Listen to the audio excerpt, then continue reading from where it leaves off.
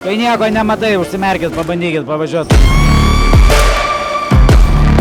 Lietus ir šlapias oras mums yra pranašumas, nes tada gale, automobilio gale šiek tiek suvienodėja, nes galingi automobiliai labiau slidinėja, o mes nuspaudę iki dugno ir ten truputį uodega pavinguriuoja, mes minam iki dugno, tai šlapiai.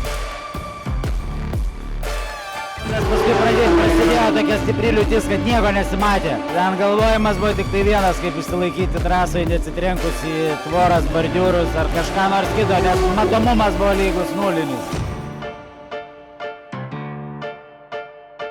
Mus perkelia į aukštesnę klasę, mes dabar šiuo metu varžomės su galingesniais automobiliais. Nors turėtume varžytis žemesnėje klasėje, bet kadangi klasė nesusirinko, tai pagal taisyklės mus įkėlė į aukštesnę klasę. Paskutinis ratas, jau manau, buvo lėtesnis kokią 12 sekundžių mano.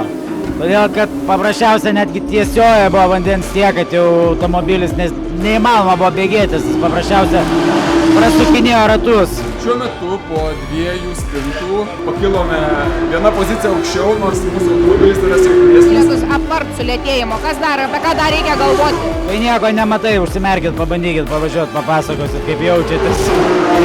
Iš moteriškos intuicijos.